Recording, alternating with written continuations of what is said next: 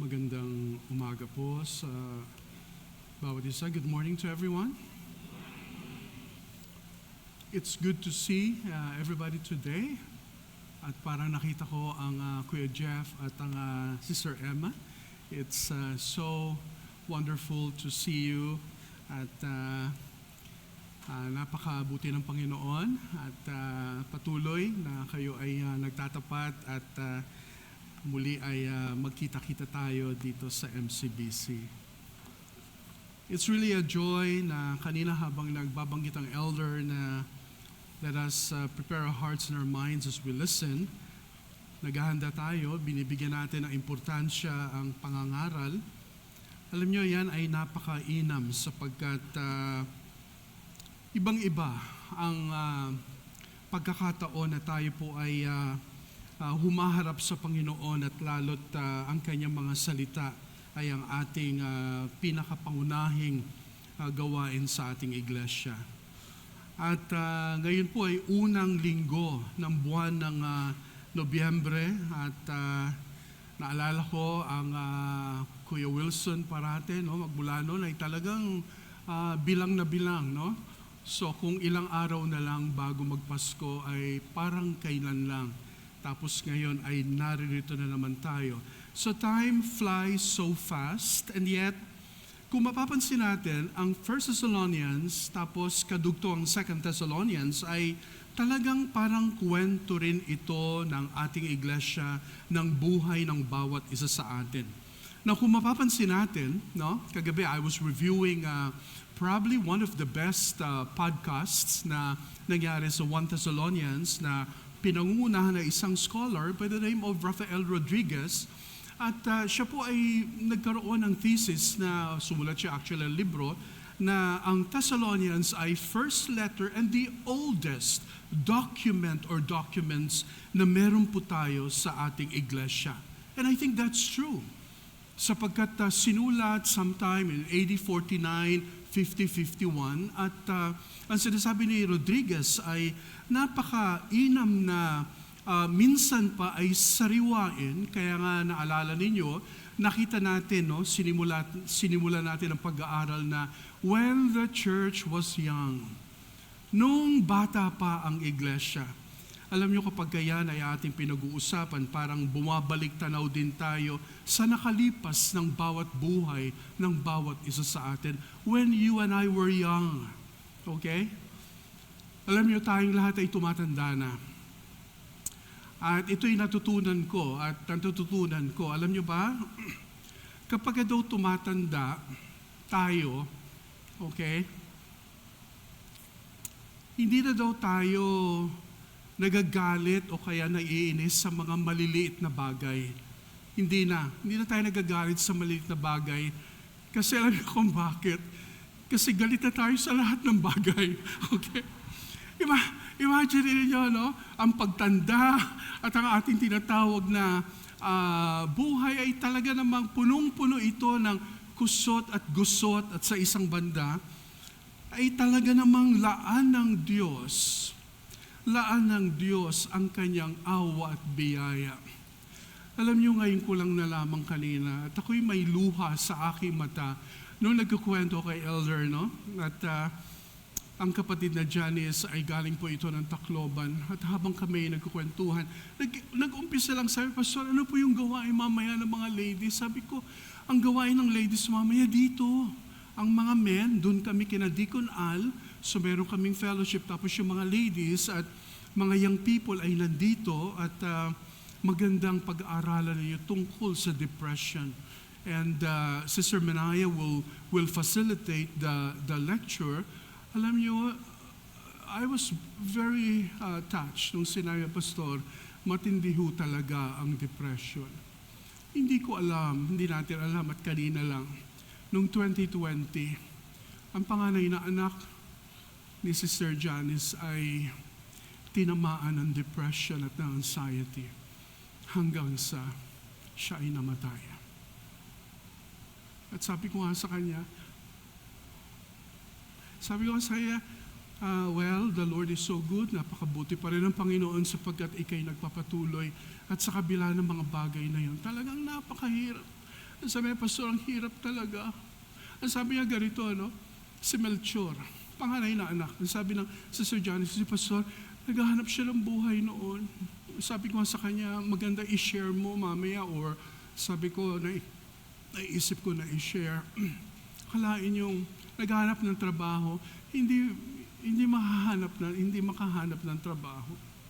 Tapos dumating ang point ng kalungkutan na ganito, ganyan. Kaya sabi ko talaga sa Janice, at ako'y tumabi sa kanya, at habang siya'y nagsasalita, naalala ko at ako'y nanalangin that the Lord will strengthen ang kapatid na Janice habang kinakwento niya. Mga kapatid, yung gusot at kusot ng ating buhay ay talaga namang nandyan, pero sa kabila ng lahat, we can remain flourishing in this life. We can remain victorious in the midst of the pains, in the midst of all this uncertainty sa buhay natin. Nandiyan ang pains, nandiyan ang worries, nandiyan ang depressions, and everything, lahat yan. And yet, at the end of the day, pagkatapos ng lahat, when we look back at nakita natin ang lahat ng mga bagay ay talagang halos hindi natin mag-grasp. And yet at the end of the day, nariyan ang katotohanan that you are a child of God. We are God's children. Tayong lahat ay anak ng Diyos. Pero tayo po ay hinahagupit. Hinahagupit po tayo ng pagsubok at saka ng kahirapan sa buhay. Kaya alam nyo si Paul, dahil po sa kanyang matinding kaisipan about the ministry, nung siya'y nakarating sa Thessalonica, galing ng Philippi, at galing sa Philippi talaga naman parang siya ay may mga bakas pa ng mga takot sapagkat talagang parang kick out siya ng Philippi. Naalala natin sapagkat siyempre, ang dating ano ba itong mga to? Are they actually presenting or sila ba ay nagtuturo ng ibang mga bagay kung bakit ang daming nagiging Christ's followers? Ang daming sumusunod na sa Panginoon. And yet si Paul, from there, of course, according to God's guidance, dinala siya sa Thessalonica. At nandun for perhaps 3 weeks, 3 Sabbaths, o kaya more than, o kaya almost a month, siya po ay nag-labor doon at nakita niya kung paano po ang mga tao talagang nagpagal. And then, siya po ay umalis papuntang Athens. So nandun po siya sa Athens, sa sobrang miss na miss niya ang mga believers. Ang sabi niya, Timothy, pwede ka bang bumalik sa Thessalonica at balitaan mo at iparating mo ang aking panalangin sa kanila. At si Timothy ay bumalik. At naroon, ibinigay niya ang balita na talaga namang sila ay nagpapatuloy. Kaya kung mapapansin po natin, ang 1 Thessalonians at saka ang 2 Thessalonians ito po ay mga documents sa isang banda na talagang napaka-subversive. If I may say that, subversive sapagkat ibang klase ang nangyari sa buhay ng mga taga-Thessalonica. Sila po ay talagang nagpatuloy, nag-remain. Kaya po ang tugon ni Apostle Paul, ang sabi niya, there is an obligation of gratitude. Na pag sinabi nating obligasyon, yan ay responsibility mo, yan ay obligasyon mo, yan ay dapat mong gawin. Dito makita natin, if you notice, tingnan niyo po saglit para meron po tayong point of comparison. Chapter 1 ng 1 Thessalonians or 1 Thessalonians. And sabi niya sa verse 2, 1 Thessalonians chapter 1 verse 2, we always thank God. That is then the very idea of Eucharistic or Eucharist. Kaya nga, meron tayong Lord's Supper, para bang sinasabi din ni Apostle Paul, Eucharisteo men, ang sabi niya, we always thank God for all of you. Pero pagdating ng 2 Thessalonians, tingnan niyo po ang sinabi ng verse 3, we ought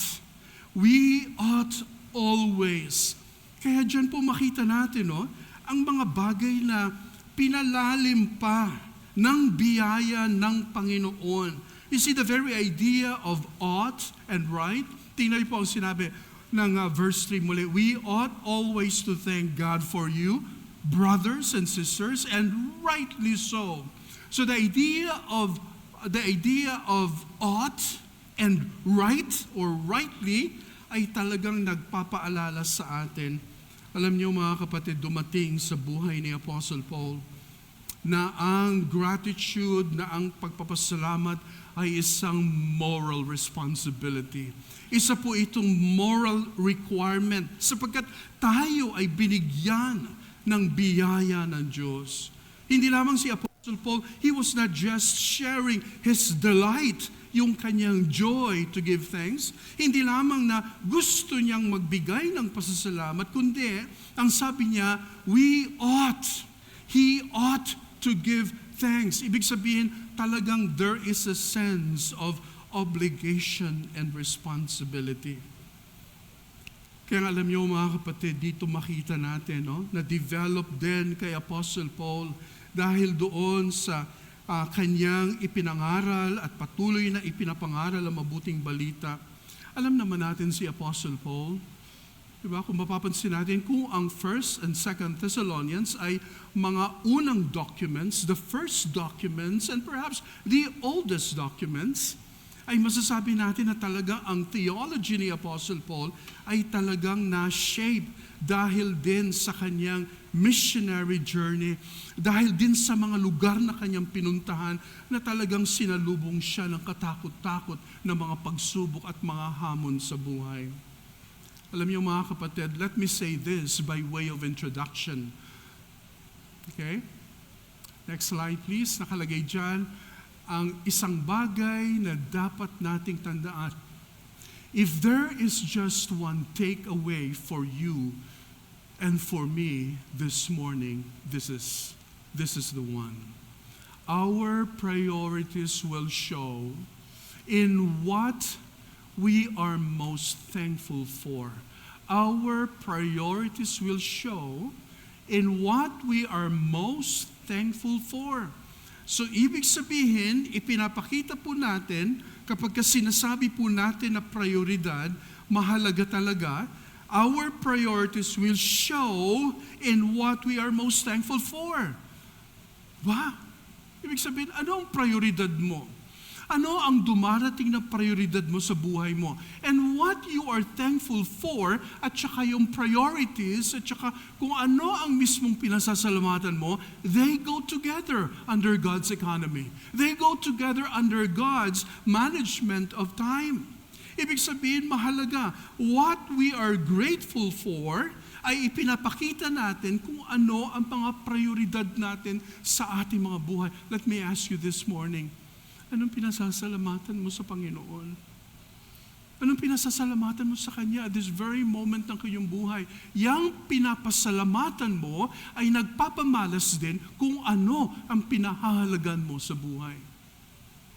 Pero alam niyo mga kapatid, minsan, ayon sa Lord's Prayer, minsan kung ano yung pinapasalamatan natin, binibetray din kung ano yung nasa puso natin. Kunyari, sinasabi mo, Lord, salamat Lord sa diba, naalala yung illustration, Lord, salamat sa pagkain na ito. Hindi mo naman kinain. Kasi wala akong gana. Sa totoo lang, ayaw mo ng food. Pero pinasalamatan mo. Pero sinabi mo, Lord, salamat sa kabutihan mo at salamat, Lord, thank you for this food. Pero hindi mo kinain, binibetray. Yung sinasabi mong pinasasalamatan mo ay hindi talaga totoo. Hindi talaga totoo sa buhay. Kaya natuto si Apostle Paul na ang prioridad, ang mas higit nating pinasasalamatan ay kung ano ang mas mahalaga sa buhay. Okay, tama ba yung pagkatagalog ko? Ang mas higit nating pinasasalamatan, parati ka nag-thank you sa Panginoon, ang mas higit mong pinasasalamatan ay kung ano ang mas mahalaga sa buhay. Kaya tingnan niyo mga kapatid, tinuturuan tayo ng Panginoon na in this life, life's abundance does not consist in the things that we can possess, that we can have in this life. Natututo tayo na ang pinapasalamatan natin pala ay may mas mataas pang elemento dapat, or meron pa tayong mas mataas na dapat na pasalamatan. Kaya yan ang sinasabi ni Apostle Paul. Itong sense of obligation kung bakit siya nagpapasalamat ay mas matindi pa doon sa mga bagay na minsan pwedeng makapag-blur, pwedeng makapagpalabo ng ating dapat na pasalamatan sa Panginoon, lalo na sa buhay na ito. Kaya alam niyo mga kapatid, I think it's about time to really search our hearts. Lord, napakasimpleng virtue ng pagiging grateful. Pero minsan pala ito ay merong ipinapakitang masigit na importante ngayon sa ating buhay. Now, tingnan niyo po kung ano. Well, of course, dito makita natin sa verses 1 and 2, halos ang sinasabi ni Apostle Paul ay yung bang identity parati. Para kay Paul, when he ministered to the Thessalonians, nung sinulat niya itong 2 Thessalonians, siguro mga after 5 months, after ng 1 Thessalonians, ay siguro naisip niya talagang dapat kong balikan yung identity talaga. Pag nalaman talaga ng mga tao kung ano at kung sino sila sa harap ng Diyos, malaking bagay ito. Kaya parati yung sinasabi, hindi ba't alam niyo to? Hindi ba't ito isang bagay na katotohanan na inyong natutunan na? Kaya ang sabi niya, to the church, to the assembly, to the church of the Thessalonians in God. Hindi ito yung grupo, hindi ito yung tinatawag na ecclesia na merong political na meeting, merong doon sa agora, doon sa merkado, meron silang pinag-uusapan na mga projects, mga flood control projects and so on. Mga kapatid, itong ecclesia na ito, this is actually in God. This is unique. Why? Because the Apostle Paul knows na itong ecclesia na ito, assembly, okay, ay ecclesia, church na kung saan in God our Father and the Lord Jesus Christ, kaya ito ay binubuo ng mga taong may relasyon. May relasyon talaga sa Panginoon. So, yan ang panimula ni Apostle Paul. So, the first thing that we need to remember, ang aking first point, I have only 2 points for this morning. Number 1, siguro po, what to be grateful for. Unang-una, saan ba dapat tayo nagpapasalamat? Okay? Gusto po natin itong bigyan ng pansin. Ano ba or saan ba dapat tayo nagpapasalamat? Mga kapatid, tingnan nyo, hindi doon sa mga bagay na pwedeng i-betray ng ating salita ang ating puso. Madaling magpasalamat. Madaling sabihin na ikaw ay thankful. Madaling sabihin na ikaw ay nagpapasalamat. But at the end of the day, you are not actually thankful. Tama? Pwede nating sabihin yun. Thank you. Minsan, pagka tayo nagte-thank you sa bawat isa, we should mean it. We should mean it by heart and by life. Thanks. Thank you. Okay, the word thank you actually is Eucharisteo. Kaya imagine niyo yung Lord's Supper, ito yung sense ng thanksgiving. Kapag mamaya isa-celebrate natin ang death ni Christ, we are all what? Under obligation to thank the Lord. Why? Because Christ died for you and for me. Yan ay binigay sa atin ng Diyos. Kaya tingnan niyo mga kapatid, yung palang dapat nating pasalamatan sa buhay. Tanggalin natin yung mga nauuna.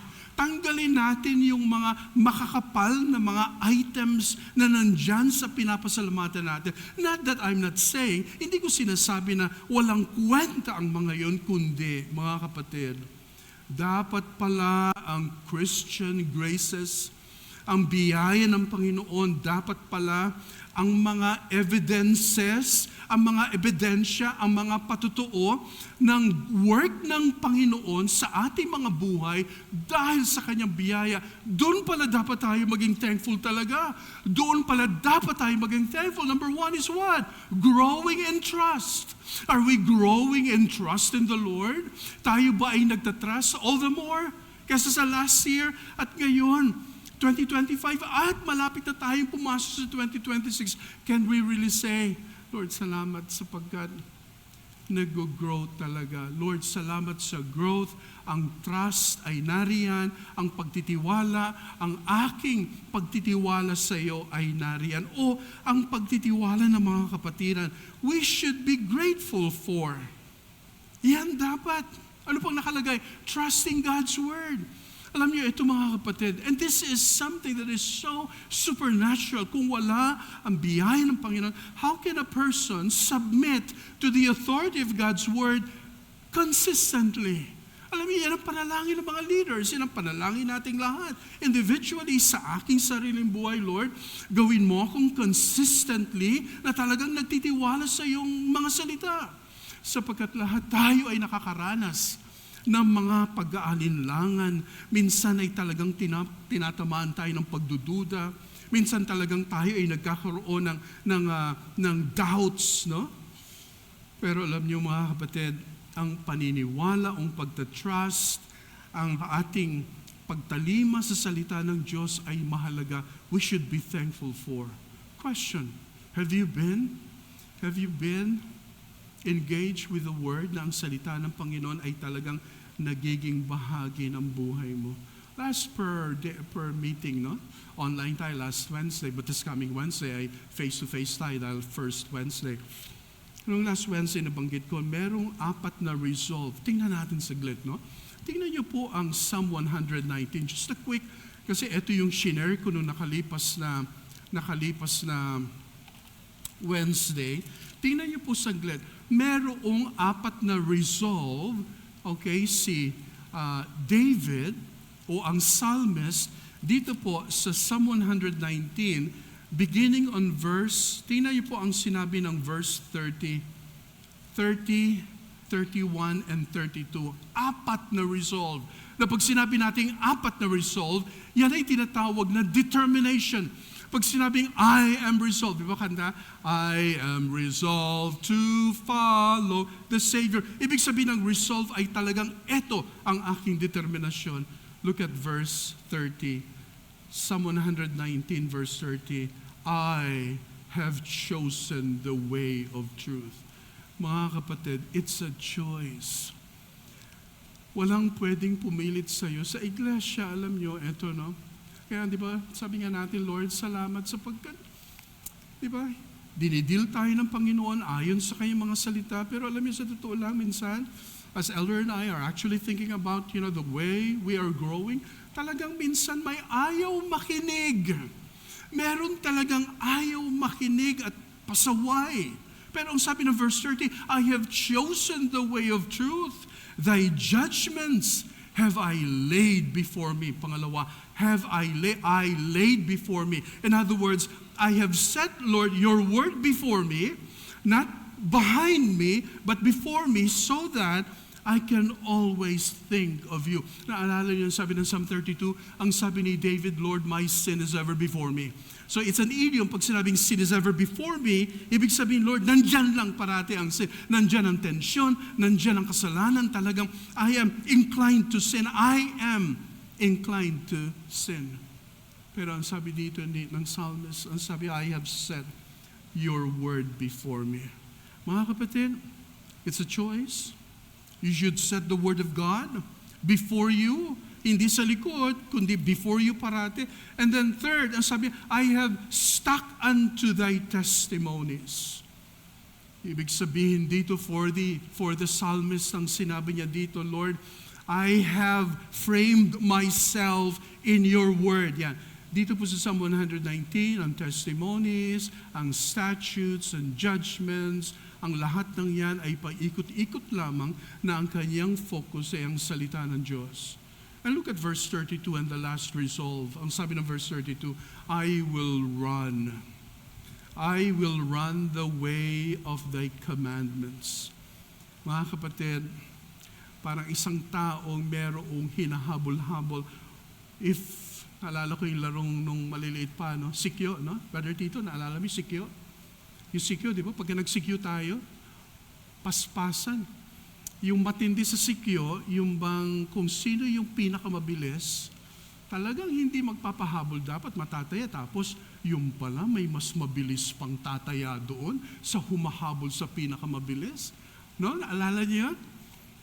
Noon, talaga nakapaapa, no? Kaskas talagang pagkatapos ng sikyo, talagang kita mo yung talampak, sugat-sugat, ganito. Kasi nga, masarap. You are running after, you are pursuing something that, para bang, alam niyo, that's the language of the Apostle Paul when he persecuted the believers. To pursue is to run after. To pursue is to persecute. That's the term na ginamit din. Para bang hinahabol-habol para i-persecute. Mga kapatid, para kay Psalmist, I will run the way of thy commandments when thou shalt enlarge my heart. Mga kapatid, sa umagang ito, you see, trusting God's word, tapos believing the gospel. Do you really believe the gospel? Do you really believe the gospel by heart and by life? Diba? Yan ang dapat na talaga bang naniniwala ka sa mabuting balita? Ano ba ang mabuting balita? Mga kapatid, ang mabuting balita ay subversive. Ang mabuting balita ay subversive. Bakit? Sapagkat babaguhin niya ang iyong allegiance. Babaguhin niya ang iyong loyalty. Kaya sabi ng isang scholar, we are saved by allegiance alone. Matthew Bates. Babaguhin niya ang allegiance sapagkat kung allegiance mo ay na kay Caesar, na kay Kaiser, babaguhin niya. Ibig sabihin ng allegiance mo ay magiging sa ating Panginoong Jesus. Do you really believe the gospel? And then trusting, nilagay ko, do you really believe? Do you really trust that in the midst of your trusting God, merong suffering? And the more you trust, the more you see, Lord, bakit kaya, alam niyo, kaya si Apostle Paul ay talagang hinabol ng mga taga-Philippians sapagkat ayaw nilang maniwala sa gospel. At yun ay kumalat at sinundan pa sa Thessalonica. At kaya nga, in God's providence and in God's discernment, talagang alam niyo, ganyan din ang tinuturo ng Panginoon. Kung may peligro dyan, si Apostle Paul, hindi naman siya sasabak na, parang sabi, Lord, bahala na, mamatay kung mamatay. Well, sinabi ng Philippians 1:21, pero may wisdom ang Panginoon kung from there, Thessalonica, and then he moved on sa kanyang missionary journey, sapagkat may purpose pa ang Panginoon sa kanyang buhay. So, trusting in the midst of suffering, and the more we suffer, yan din ang gustong bigyan ng paalala ni Apostle Paul, because of the afflictions that you have. Yan, ang sabi, look at verse 5, all this is evidence that God's judgment is right. And as a result, you will be counted worthy, take note, worthy of the kingdom of God for which you are suffering. Ang klase, no? Nagsasuffer ka kasi ikaw ay sumasampalataya sa Panginoon. Nagsasuffer ka kasi ikaw ay naninindigan sa katotohanan. Nararanasan ba natin yan ngayon sa ating buhay? You see? And then right now, what is happening to us, anuman ang nangyayari ngayon sa ating mga buhay, ay napakahalaga. What's happening right now in your life and in my life? Tingnan niyo po ang sinabi, no? Kasi, alam niyo, di ba sa 1 Thessalonians, nagkaroon ng maling turo na, abay, dumating na si Jesus.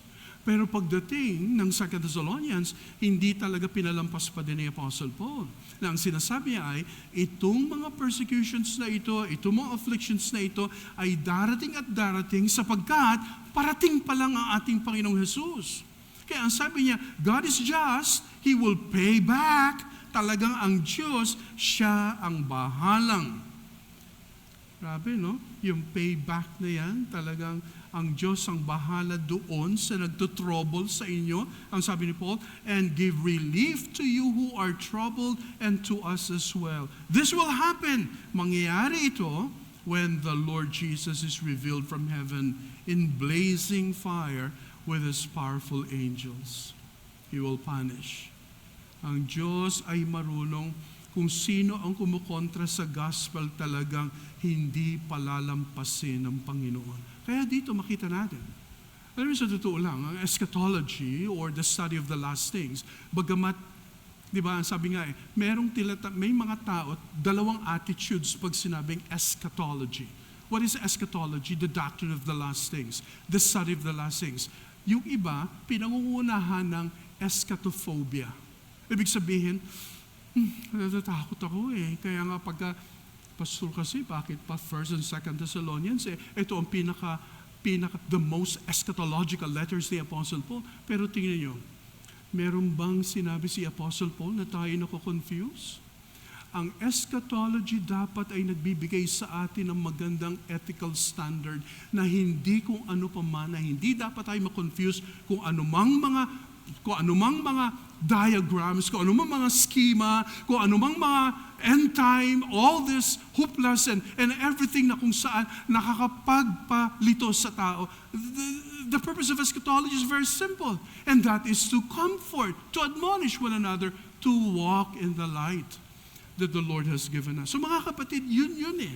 Kaya gusto niyang bigyan ng pansin. Alam niyo, sa kabila ng lahat, okay, tayo ay patuloy tayong mamuhay. Ang sabi ng verse 10, on the day He comes to be glorified in His holy people and to be marveled at among all those who have believed. This includes you because you believed our testimony to you. Di ba? Ang sabi ni Paul, hindi pa, we will not prevent them. The word prevent is confusing sa King James. It should be, we will not precede them. Hindi tayo mauna kasi nag-worry sila. Paano na lang yung mga namatay naming mga magulang? Paano na lang yung mga namatay naming mga kamag-anak? Alam niyo, in the ancient world, possible daw na ang maraming namatay ay mga children. Siyempre, pag sinabing namatayan ka ng bata at saka ng anak, iba yun eh. Di ba? Kasi ang mortality noon ng kabataan, malaki. Oo. Pero siyempre, may mga namatay din mga adults. Kaya lungkot sila, naku, paano na lang yung namatay namin mga children na ganito. Well, ang sabi ni Apostle Paul, hindi tayo mauuna sa kanila. We will not precede them. But they will be raised. The dead in Christ shall rise first. Bang klase, no? Tapos, ang sabi hinamon niya, tingnan niyo, the second point and the last is this. There is nothing to be thankful for but to be grateful for perseverance. Mga kapatid, the only purpose, okay, na kung saan tayo ay narito, and that is the very term to persevere. Naalala niyo yung mga bagay na sinasabi natin? Tingnan niyo God preserves, pinipreserve tayo ng Panginoon, pero tayo naman, may responsibility, we are persevering in holiness. God preserves us in grace while we persevere in holiness. Yan ang doctrine na ating pinag-aaralan ngayon sa ating Sunday school. The doctrine of perseverance is so lofty, and that is from the word steadfastness. Ang kanyang tunog sa Greek ay nakakatawa. Let me just, share this. No? Hupomone. Ibig sabihin ng hupomone ay to remain under. Ibig sabihin, may tension ba? You remain under. May problema ba? You remain under. Para bang niyayanig ka ba ng pagsubok sa buhay? You remain under. You see, yan. Ibig sabihin, we remain under dahil saan? Dahil tayo ay nagpe-persevere at dapat tayo ay nagpapatuloy. Mga kapatid, are you and I grateful for perseverance? Siya po ang sinabi ng verse 11. With this in mind, we constantly pray for you, that our God may make you worthy, deserving, that's the point. Deserving, dinideserve ba natin yung calling na binigay ng Panginoon sa atin? Do you and I deserve? So ang panalangin ni Apostle Paul, alam niya nagpapatuloy sila, alam niyang sila ay talagang binigyan ng biyaya, no? Yung virtues na meron. Ang panalangin ni Apostle Paul, that our God may make you worthy of His calling, and that by His power He may bring to fruition your every desire for goodness and your every deed prompted by faith. Ito yung tinatawag nating flourishing.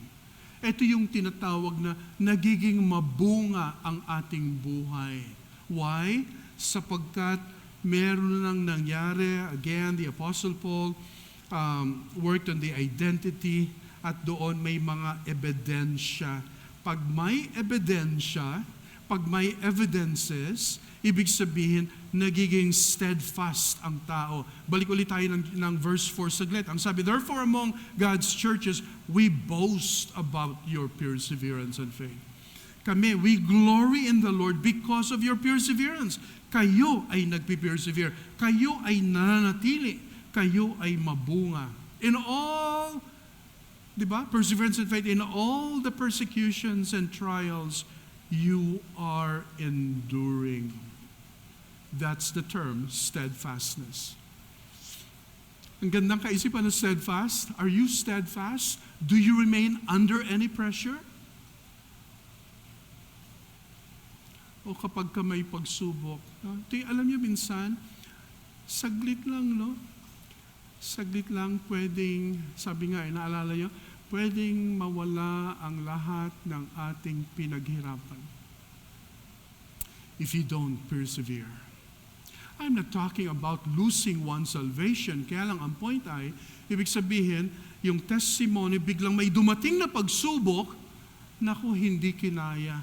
So ibig sabihin, you decided, okay, something that is against, no? Nagkaroon ka ng maling response. Okay? Siyempre, dahil sa ikaw ay nagkaroon ng maling response, marami ang nakakita, ay, ba't kaya gano'n, no? And we have seen a number of people ending up like having a life that has a shipwreck. Mabigat, no, mga kapatid, mabigat. So, keep on going. Magpatuloy. Don't quit. Huwag tayong mag-quit. Ayan. Don't stop believing. Believe, maniwala, by faith, for all, I take Him. Ang sabi ng ating napag-aralan, faith is taking appropriate actions on the commands of God. Pag sinabi ng Bible na ganito, yun ang gawin natin. Pag sinabi ng Bible na love not the world, neither the things that are in the world, we are not to love the world. Don't stop believing. Don't stop loving. Ito mga kapatid, no? The love for the brethren is so important. Loving, okay, the brethren is so important. And that is what we call the brotherly love ng Philadelphia. Naalala niyo? Pero meron ding love for strangers. At yan ang tinatawag nating philoxenia. Love for others. Na kung saan ay hindi natin masyadong kilala, pero we were able to extend help.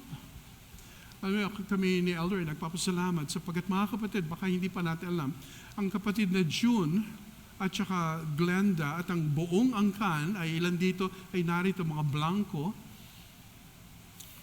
Alam niyo, nakakatuwa sapagkat one time si Sir Glenda naglalakad lang, naghahanap siya. Ang sabi niya, Lord, saan mo ba kami dadalhin?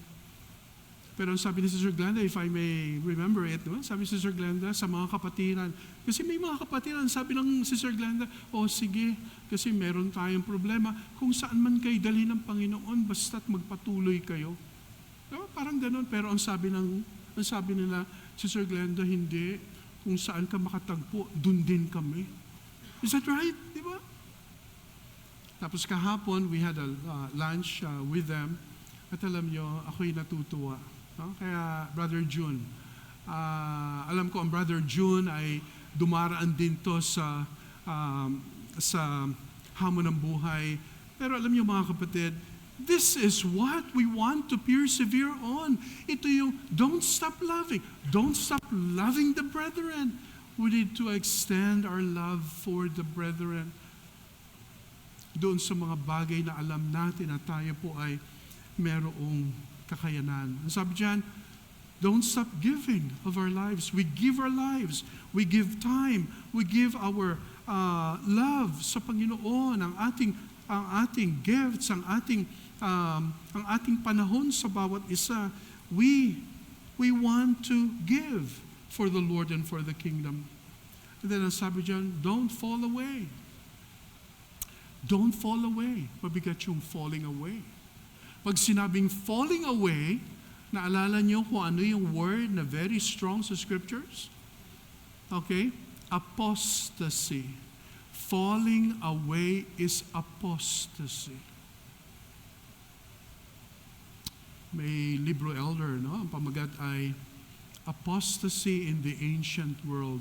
Alam mo, magugulat tayo. Talagang napakalupit din talaga pag sinabing apostasy in the ancient world. Kaya lang, sabi ng 1 John 2:19, kaya sila umalis. The truth is because they never have belonged with us. You see? Kung ating mapapansin, that is scary. And then, don't quench the Holy Spirit. Naalala ninyo, 1 Thessalonians 5, do not quench the Holy Spirit. Ano itong quenching ng Holy Spirit? Ano ba itong quenching? Parang katulad ng fire extinguisher. Tama? Oo. Hindi extinguishing fire.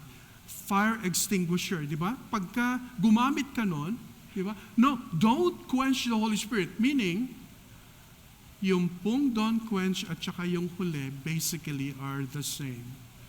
If you don't quench the Holy Spirit, you are not rejecting the Word. If you reject the Word, you are quenching the Holy Spirit. Mga kapatid, sa umagang ito po ang kalooban ng Diyos para sa ating iglesia, na ang ating pasasalamat ay isang maging moral responsibility. Hindi tama na ikaw ay hindi nagpapasalamat. Hindi po pwede na isang binago ng Panginoon ay hindi siya grateful, hindi siya thankful. Di ba nga? Meron tayong nakalagay dyan sa baba, gratitude is the memory of our hearts. If you remember anything in this life, and that is to be thankful. At ulitin ko sa ating panimula, our priorities will show in what we are most thankful for. May the Lord grant us wisdom to understand these things. Sa pong lahat ay manalangin. Panginoon, kami po ay taus-pusong nagpapasalamat sapagkat napakabuti mo sa aming iglesia. We thank you, Lord, for everyone na narito dahil sa dami ng mga at sari-saring mga nararanasan po namin sa aming mga buhay, ay nariyan ka upang kami po ay itaguyod. Salamat, Lord, sa inyong grace. Na ang grace na ito, Panginoon, ay iniiwan mo sa amin na hindi nagbabago. When your grace transforms us, Lord, and when you show your grace, we come out transformed in this life. Kaya Panginoon, pagpalain niyo po ang mga bagay na ito. At sa aming pong pag-celebrate, we thank you for the privilege again of having this Eucharist. And once again, this is about our Thanksgiving. This is a lifelong celebration hanggang sa dumating ang aming Panginoon. And Lord, we thank you also for bringing Kuya Jeff and Sister Emma in our midst. And thank you for the sweet fellowship that we're having. At pagpalain mo, Lord, kaming lahat. Ito po ang aming dalangin sa pangalan ni Jesus. Amen. Tayo pong lahat ay magsipaghanda as we come to the Holy Eucharist.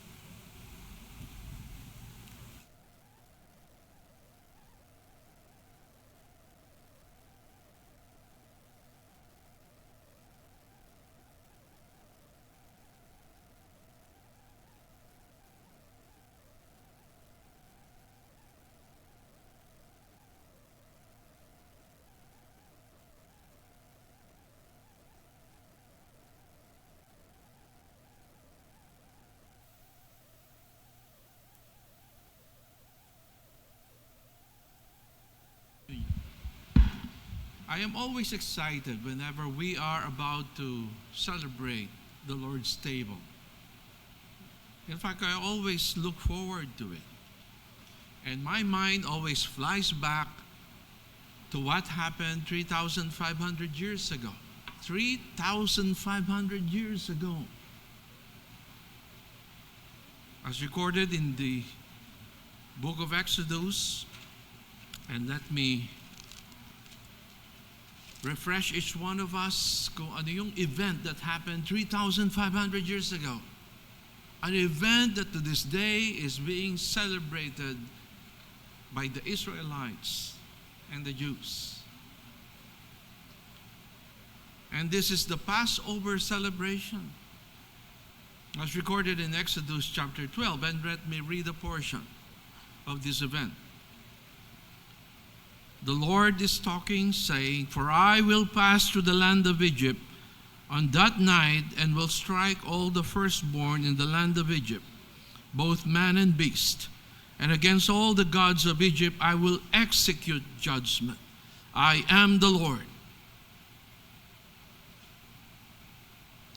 So this day shall be to you a memorial, and you shall keep it as a feast to the Lord throughout your generations. You shall keep it as a feast by an everlasting ordinance." Kaya to this day, the Israelites are celebrating this faithfully every year. Almost at the same time that we are celebrating the Holy Week. Now, it's so exciting, it's so profound, for the reason that when you look back to that event 3,500 years ago, ito ay isang anino dun sa tunay na passing over na mangyayari. And it happened 2,000 years ago when the Lord Jesus Christ was finally put to death and conquered death when He resurrected from the dead. That is the blessing that we have. Experiencing the real passing over of our sin because of the sacrifice of God through the death of our Lord Jesus Christ. Now you can just imagine the fear because of the warning of God 3,500 years ago. And God executed the firstborn of the Egyptians, both the sons and the beast.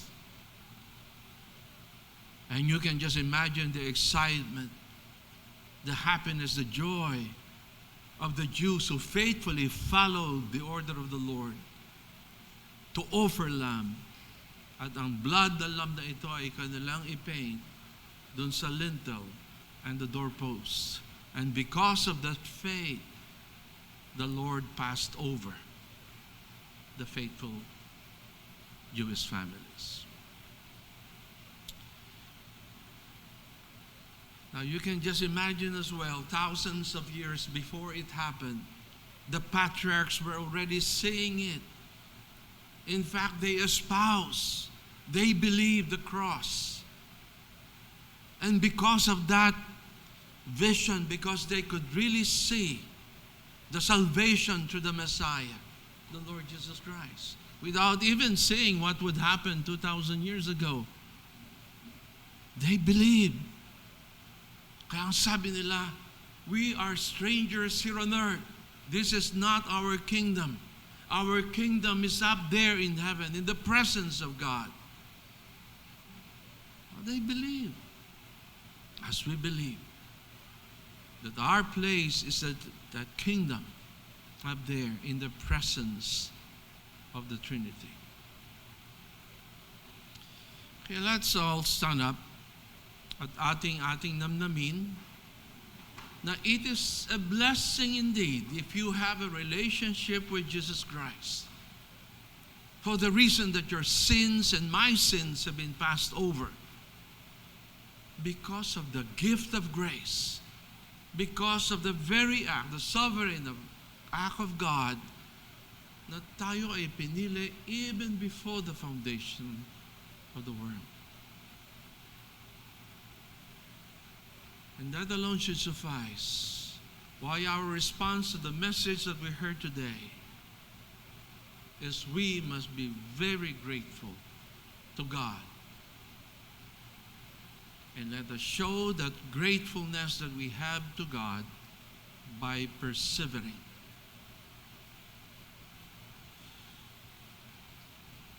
Let me read to you 1 Corinthians chapter 11.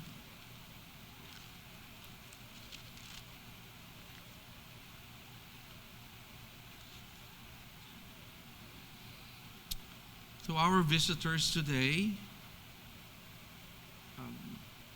we ask you to really observe.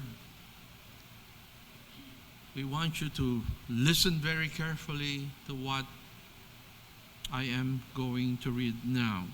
1 Corinthians chapter 11. Therefore, whoever eats this bread or drinks this cup of the Lord in an unworthy manner will be guilty of the body and blood of the Lord. But let a man examine himself, and so let him eat of the bread and drink of the cup.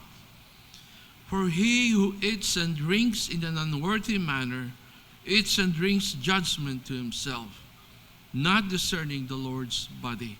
For this reason many are weak and sick among you, and many sleep.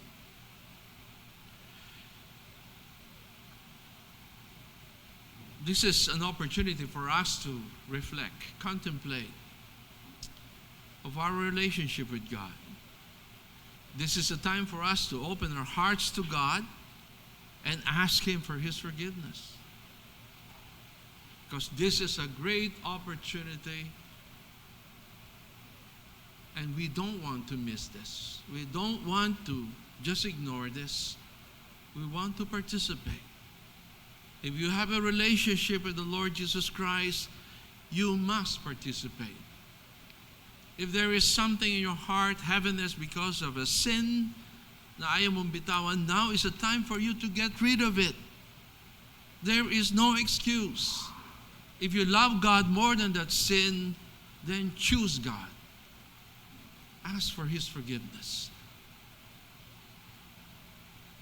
that your heart may be right, and you can enjoy the blessing of breaking the bread and drinking of the fruit of the vine together with the brethren.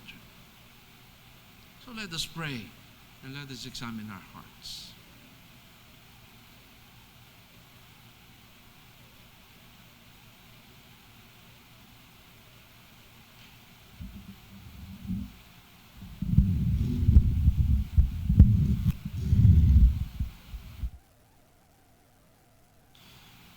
Heavenly Father, we thank you for what this bread represents, your broken body, that we might have life. What this fruit of the vine represents, your shed blood, that we might live for eternity. Thank you, Father, that through the Lord Jesus Christ, the final lamb offering, the final high priest, out of thy grace and thy love, man can have a relationship with you and experience the promise of eternal life, just as we have. In Jesus' name we pray. Amen. May I request the leaders to please come forward to assist me, and the ladies to prepare the table to begin our celebration.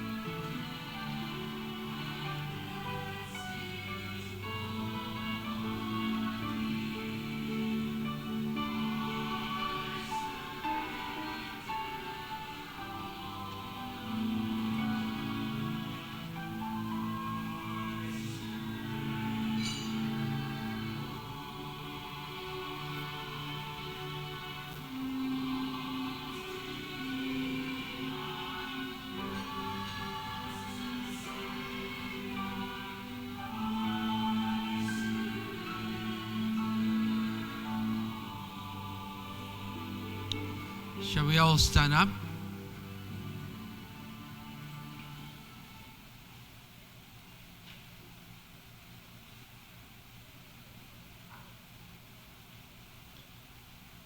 For I received from the Lord that which I also delivered to you, that the Lord Jesus, on the same night in which he was betrayed, took bread. And when he had given thanks, he broke it and said, "Take, eat. This is my body which is broken for you. Do this in remembrance of me."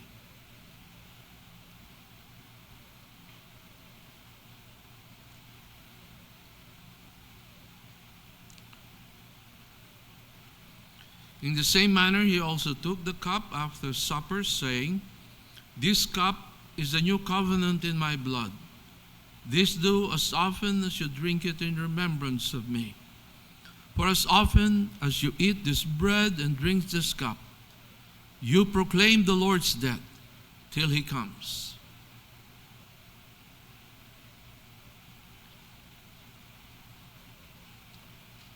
Oh, Heavenly Father, what a sweet moment to proclaim that indeed we believe that you are coming back. And we thank you that we can be part of this celebration, reminding us of the sacrifice in the cross of Calvary, that we might have hope, that we might live, that we might experience the faith that comes from thee. Oh, Heavenly Father, we thank you for loving us so much. We thank you. In Christ's name we pray. Amen.